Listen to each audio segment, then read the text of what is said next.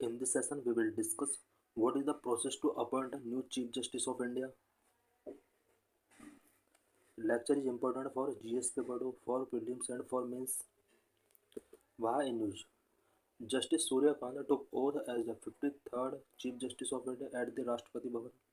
Recently, Justice Surya Kant ने 53rd Chief Justice of India के तौर पर राष्ट्रपति भवन में ओथ टेकिंग किया है.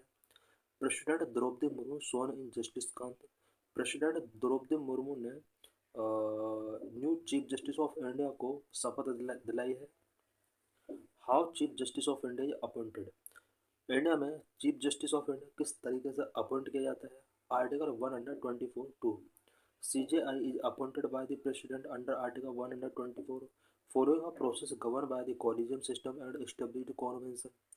इंडिया में chief justice of India article 124 के अकॉर्डिंग प्रेसिडेंट के द्वारा अपॉइंट किया जाता है और इसके लिए collegium system and established convention के अंडर कुछ प्रोसेस गवर्न किया गया है.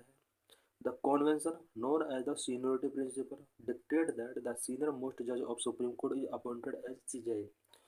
सुप्रीम कोर्ट के अंदर जो सीनियर मोस्ट जज होता है उसको CJI के तौर पर अपॉइंट किया जाता है. The appointment process follow a specific procedure outlined in the memorandum of procedure. New CJI के अपॉइंटमेंट के लिए एक प्रोसेस होता है जो कि मेमोरेंडम ऑफ प्रोसीजर के अंदर आउटलाइन किया गया है. Initiation of proposal. The union minister of law and justice seek the recommendation of the outgoing chief justice for their successor. Union minister of law and justice सबसे पहले outgoing justice and उसके successor के बारे में recommendations उसको given किए जाते हैं. Recommendation. The outgoing CJI recommend the senior most जज of the supreme court with a collegium of 4 senior most जज of the supreme court. Outgoing CJI जो होता है वो सुप्रीम कोर्ट के अंदर नेक्स्ट सीनियर मोस्ट जज जो भी होगा उसके लिए एज ए CJI रिकमेंड करता है और स्पेशली यहाँ पर कॉलेजियम सिस्टम के थ्रू जिसके अंदर 4 अदर मेंबर होते हैं उनके साथ यहाँ पर डिस्कशंस किए जाते हैं. Government review. After receiving the CJI recommendation the union law minister forward it to PM.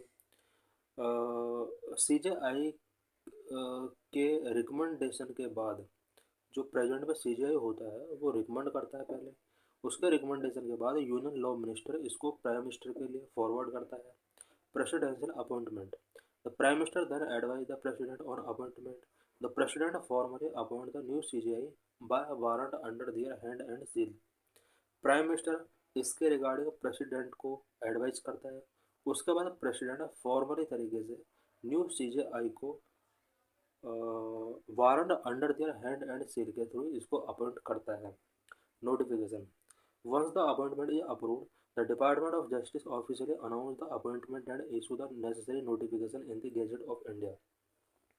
एक बार अपॉइंटमेंट अगर अप्रूव हो जाता है प्रेसिडेंट के द्वारा देन डिपार्टमेंट ऑफ जस्टिस इससे रिलेटेड ऑफिशियली नोटिफिकेशन रिलीज करता है.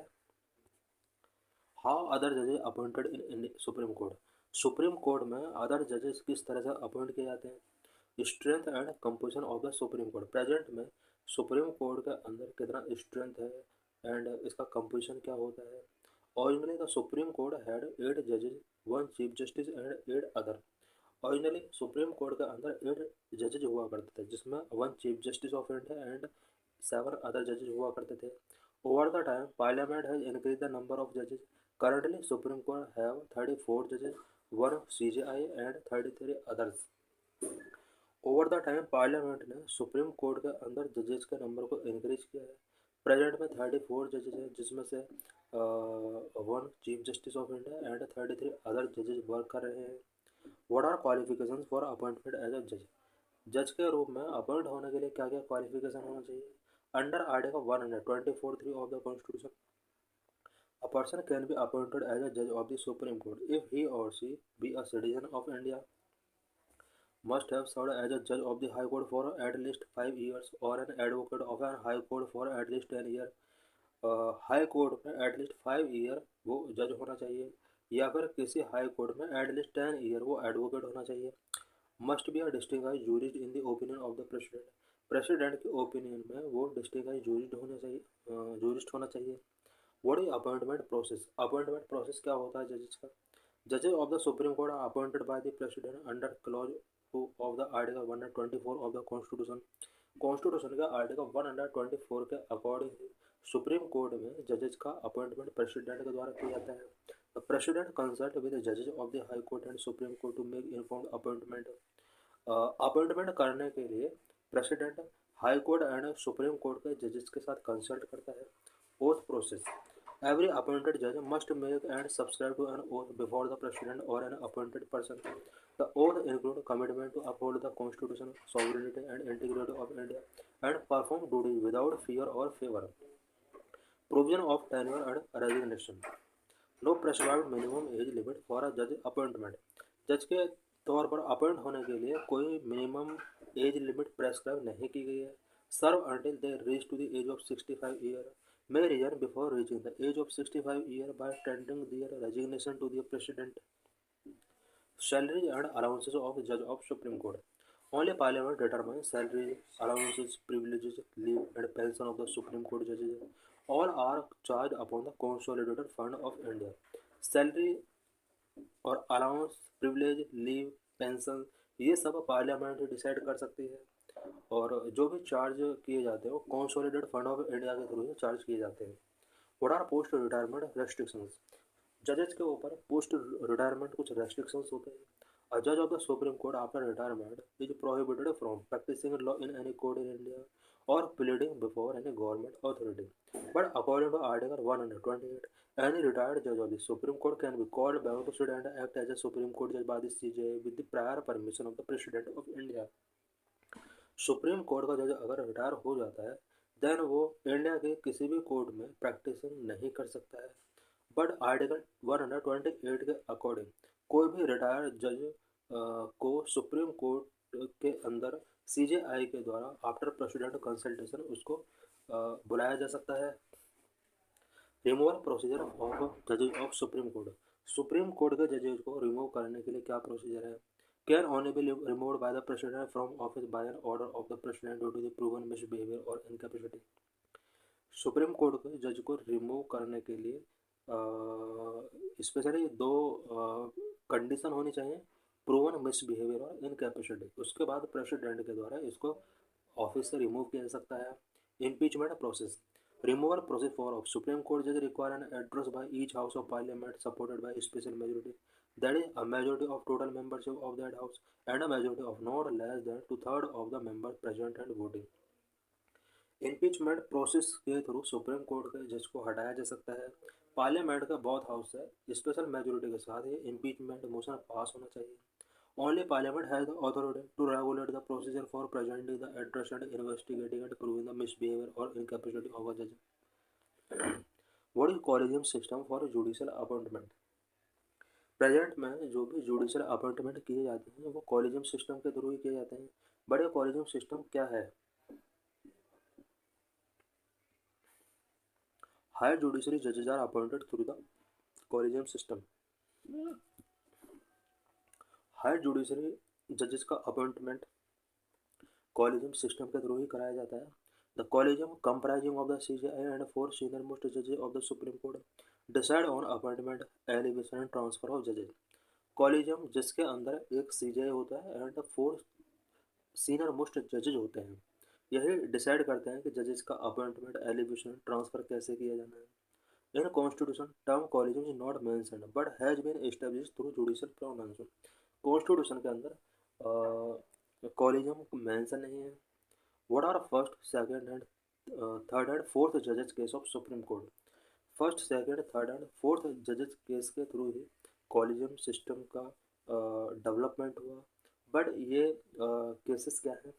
फर्स्ट जजेस case 1981। The ruling gave the executive primacy over the judiciary in judicial appointment and transfer for the next 12 years. Judicial appointment and transfer के लिए यहाँ पर executive को primacy given किया गया और ये 12 ईयर के लिए प्रोविजन किया गया था। इट मीन्स यहाँ पर 1981 के बाद 12 ईयर तक यहाँ पर जुडिशरी अपॉइंटमेंट एंड ट्रांसफ़र से रिलेटेड एग्जीक्यूटिव को ज़्यादा पावर गिवन की गई थी। It declared that the primacy of the CGI recommendation और on judicial appointment and transfer can be refused for cognate reasons. Second Judges Case 1993. Supreme Court introduced and institutionalized the collegium system. Second Judges Case 1993 में collegium system को introduce किया जाता है, इसको institutionalise किया जाता है. In the event of a disagreement between the President and the CJI opinion would prevail. This opinion found in consultation with the two senior most judges of the Supreme Court. Third Judges Case 1998. Supreme Court on the President reference Article 143 expanded the collegium to a 5-member body comprising the CJI and 4 of his senior most colleagues. Supreme court ने article 143 के through president reference के through collegium system को expand किया और इसको एक 5-member body बनाया गया जिसमें 1 CJI एंड 4 सीनियर मोस्ट जजेस इंक्लूड किए गए. It mandate that transfer recommendation be made by the CJI in consultation with the 4 senior most जजेस. इसके अंदर ये मैंडेट कर दिया गया है कि जजेस का ट्रांसफ़र जो किया जाएगा वो CJI के थ्रू ही किया जाएगा, बट उसको यहाँ पर सीनियर मोस्ट जजेस के साथ उसको कंसल्ट करना होगा. इट मीन्स यहाँ पर कॉलेजियम सिस्टम के जो मेंबर हैं उनके साथ इसको कंसल्ट करना होगा. फोर्थ जजेस केस 2015 में आता है. National judicial appointment commission act of 2014 and the 1999 Constitutional Amendment Act of 2014 has replaced the collegium system of appointing judges to the Supreme Court and High Court with a new body called the National Judicial Appointment Commission (NJAC). 2014 में national judicial appointment commission act आता है और इसी time पर 99th constitutional amendment किया जाता है. इस अमेंडमेंट और इस एक्ट के थ्रू इंडिया में कॉलेजियम सिस्टम को नेशनल जुडिशल अपॉइंटमेंट कमीशन के साथ यहाँ पर रिप्लेस किया जाता है. But in 2015 the supreme court declared about the 99th constitutional amendment as well as NJAC Act as void and unconstitutional in this fourth judges case. Fourth जजेस case में supreme court ने NJAC को unconstitutional declare किया. Consequently the earlier collegium system became the operative again. इसके बाद collegium system को दोबारा से ऑपरेटिव किया गया. What happened to the National Judicial Appointment Commission Act? National Judicial Appointment Commission Act का क्या हुआ? To address concern over the collegium system's opacity, government in 2014 proposed reform to judicial appointment through NJAC. Because collegium system के अंदर बहुत ज़्यादा ऑपरेसिटी है, इससे related issues को एड्रेस करने के लिए गवर्नमेंट ने 2014 में NJAC इंट्रोड्यूस किया था. Parliament enacted the Constitution's 99th Amendment Act 2014 and the NJAC Act 2014 as an independent body to replace the collegium system for appointing judges to the Supreme Court and High Court. High court और supreme court में जजेस को appoint करने के लिए यहाँ पर collegium system को रिमूव किया गया और एक independent body it means national judicial appointment commission यहाँ पर इंट्रोड्यूस किया गया. The NJAC was to be chaired by the CJI and include the 2 senior most Supreme Court judges, Union Law Minister, 2 eminent civil society member. NJAC के अंदर ये provision किया गया था कि इसके अंदर टोटल 6 मेंबर होंगे जिसको CJI के द्वारा चेयर किया जाना था. 2 सीनियर मोस्ट सुप्रीम कोर्ट जज इसके अंदर होते थे, 1 union law minister and 2 eminent civil society member इनके अंदर होते थे. 2 eminent civil society member, one would be nominated by the panel comprising the CJI, Prime Minister and Leader of Opposition in the Lok Sabha, while the other had to be belong to SC, ST, OBC or be a woman. 2 eminent civil society member में से एक member जो nominate किया जाना था वो CJI, prime minister and leader of opposition के द्वारा बनाए गए पैनल के थ्रू नॉमिनेट किया जाना था. अदर जो मेंबर इसके अंदर प्रोविजन किया गया था वो SC, ST, OBC और वुमेन से बिलोंग किया होना चाहिए था. The amendment passed in parliament with near complete consensus and was subsequently ratified by 16 state legislature. Parliament के द्वारा जो ये अमेंडमेंट किया गया था उसको कॉन्सेंसस के बेस पर इसको कंप्लीट किया गया है. सब्सिक्वेंटली 16 स्टेट लेजिस्लेचर के द्वारा इसको रेटिफाइड कराया गया था. However, within days of its enactment, the law was challenged before the Supreme Court. इसके बाद NJAC एक्ट को सुप्रीम कोर्ट के बिफोर चैलेंज किया जाता है. Why NJAC was abolished by the Supreme Court? NJAC को सुप्रीम कोर्ट के द्वारा क्यों यहाँ पर अबोलिश किया गया? The primary contention was the veto power granted to any two dissenting NJC member. इसके अंदर कोई भी टू डिसेंटिंग मेंबर्स को वीटो पावर गिवन की गई, potentially allowing the law minister and the two eminent member to override the judiciary's majority within the commission. ऐसा माना गया कि अगर law minister and two eminent member में से कोई भी एक अगर अपने वीटो पावर का यूज करते हैं तो ये जुडिशरी के ऊपर एक ओवरराइड होगा. In 2015, a five-judge bench ruled with a 4:1 majority that the NJC was unconstitutional and violated the basic structure of the constitution. 2015 में 5 जज बेंच का रूलिंग आता है और NJAC को बेसिक स्ट्रक्चर ऑफ कॉन्स्टिट्यूशन के वायलेशन को ध्यान में रखते हुए इसको अनकॉन्स्टिट्यूशनल डिक्लेयर किया जाता है. The bench underscored that the veto power with the law minister or with non-judge members as against a Supreme Court judge who is a member of collegium may involve interference with the independence of the judiciary. Supreme court bench ने कहा था कि जो veto power अगर law minister या non जज member के द्वारा वीटो पावर का यूज किया जाता है देन ये जुडिशरी के इंडिपेंडेंसी में एक तरीके से इंटरफेरेंस हो सकता है. This is PYQ related to this issue. With reference to the Indian judiciary, consider the following statement. 2021 में क्वेश्चन पूछा गया था. Any retired judge of the Supreme Court of India can be called back to sit and act as a Supreme Court judge by the Chief Justice of India with the prior permission of the President of India. Statement is true. A High Court in India has the power to review its own judgment as the Supreme Court does. Statement also true. So the correct answer is C, both 1 and 2. Means critically examine the Supreme Court's judgment on a National Judicial Appointment Commission 2014 with reference to appointment of judges of higher judiciary 2017 में question पूछा गया था.